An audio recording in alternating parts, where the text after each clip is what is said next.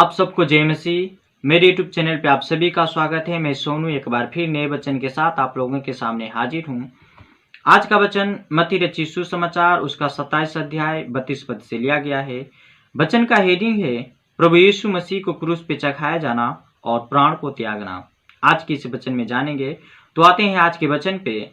दरअसल जब प्रभु यीशु मसीह को यहूदी लोग पकड़ के जब पिलातुस के सामने ले जाते हैं, क्योंकि पिलातुस यहूदियों का राजा था, तो इसलिए यहूदी लोग प्रभु यीशु मसीह को पकड़कर पहले पिलातुस के पास ले गए। जब पिलातुस के सामने प्रभु यीशु मसीह को खड़ा किया गया तो पिलातुस ने प्रभु यीशु मसीह से बहुत सारे प्रश्न किया। इसलिए प्रश्न किया क्योंकि यहूदी लोग बोलते थे कि यह अपने आप को, प्रभु यीशु मसीह को बोलते थे कि यह अपने आप को परमेश्वर का पुत्र बताता है, अपने आप को राजा बनता है। तो इस कारण से पिलातुस ने प्रभु यीशु मसीह से बहुत सारे प्रश्न किया, लेकिन किसी भी प्रश्न, किसी भी सवाल का जवाब प्रभु यीशु मसीह पिलातुस को नहीं दिए। इस पर पिलातुस को बहुत बड़ा आश्चर्य हुआ और लास्ट में पिलातुस ने बोला अपनी प्रजा को, यहूदियों को, कि ले जाओ और अपने मुताबिक इनको दंड दो। वहां से प्रभु यीशु मसीह को यहूदी लोग लेकर आते हैं और लेकर वहां से निकलते हैं और निकलकर प्रभु यीशु मसीह को 39 कोड़े मारते हैं। फिर भी प्रभु यीशु मसीह अपने आप को परमेश्वर का पुत्र बताए, क्योंकि प्रभु यीशु मसीह परमेश्वर का पुत्र था ही। 39 कोड़े मारे जाने के बाद, क्योंकि एक कोड़े लगते थे, वहां से चाम सहित खिंचा चला आता था। तो सोचिए, प्रभु यीशु मसीह को पूरे 39 कोड़े मारा गया। कितना बड़ा जख्म प्रभु यीशु मसीह के शरीर पर दिया गया। फिर भी प्रभु यीशु मसीह डटे रहे, फिर भी प्रभु यीशु मसीह का प्राण नहीं निकला। उसके बाद यहूदी लोग प्रभु यीशु मसीह पे थूके, प्रभु यीशु मसीह का अपमान किए। यहाँ तक कि जो प्रभु यीशु मसीह का अंगरखा था, यानी कपड़ा था, वो भी आपस में बांटने लगे चिट्ठी डालकर कि ये कपड़ा किसके नाम पे निकलती है। तब कुछ समय के बाद, कुछ टाइम के बाद प्रभु यीशु मसीह को वहां से लेते हैं और किसी एक सुनसान स्थान में ले जाते हैं। उस जगह पे, उस स्थान में जहां प्रभु यीशु मसीह को क्रूस पे चढ़ाने की तैयारी चल रही थी। उस जगह का नाम था गुलगुलता, अर्थात खोपड़ी। जिस स्थान में प्रभु यीशु मसीह को क्रूस पे चढ़ाने के लिए ले गए, उस जगह का नाम था खोपड़ी। उसी जगह पे प्रभु यीशु मसीह को ले जाते हैं और ले जाके प्रभु यीशु मसीह को लेटा के उसी क्रूस पे बहुत बड़ी बड़ी कीलें ठोकते हैं। हाथ में, पैर में, सीने में, कमर में, हर जगह बड़ी बड़ी कील प्रभु यीशु मसीह को ठोक देते हैं। फिर भी प्रभु यीशु मसीह का प्राण नहीं निकला था। लेकिन जब प्रभु यीशु मसीह को यहूदी लोग पकड़े थे, वह सुबह का टाइम था। उसके बाद एक पहर बीत गया। एक पहर बीतने के बाद भी प्रभु यीशु मसीह का प्राण नहीं निकला था। दूसरा पहर आ गया।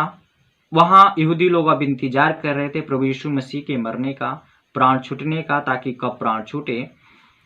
अगर प्रभु यीशु मसीह का प्राण नहीं निकला तो लोग भाला मार मार के चेक करते थे कि प्राण निकला या नहीं निकला। यहूदी लोग ऐसे किया करते थे प्रभु यीशु मसीह के साथ। इतने बर्ताव किए, इतने जख्म दिए, फिर भी प्रभु यीशु मसीह का प्राण नहीं निकला।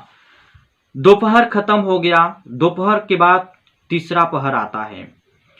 तीसरा पहर प्रभु यीशु मसीह अपने प्राण को त्याग देते हैं, अपने प्राण को छोड़ देते हैं। जैसे ही प्रभु यीशु मसीह का प्राण निकला, इतनी बड़ी आवाज हुई कि धरती कांपने लगी। पर्दा ऊपर से लेके नीचे तक फट गया।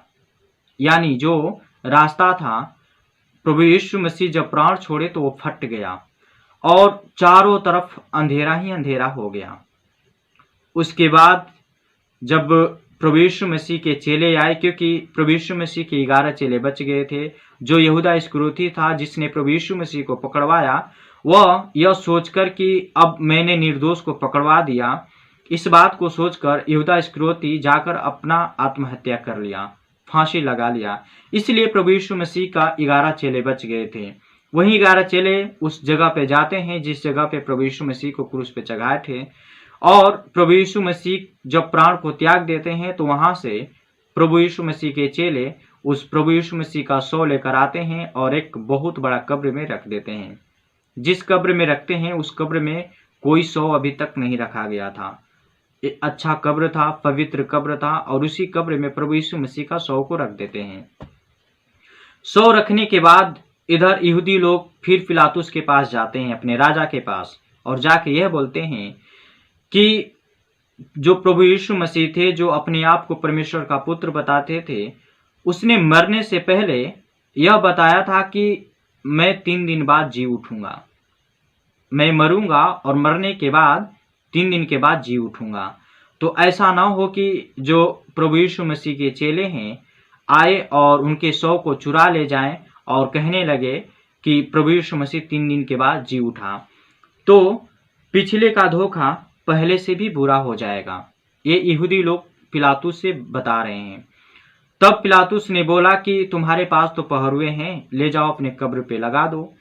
तब यहूदी लोग आते हैं और अपने पहरुओं को उस कब्र के पास रख देते हैं।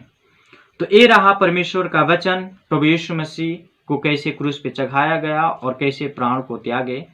तो मुझे उम्मीद है कि इस वचन से आप लोग बहुत कुछ सीखे होंगे। तो मैं प्रभु से दुआ करेंगे कि इस वचन से आप सबको बहुत आशीष मिले। जहाँ कहीं भी रहें आप खुश रहें, हमेशा खुशहाल रहें, आपका जीवन आपका परिवार हमेशा खुश रहे, यही हमारी दुआ है।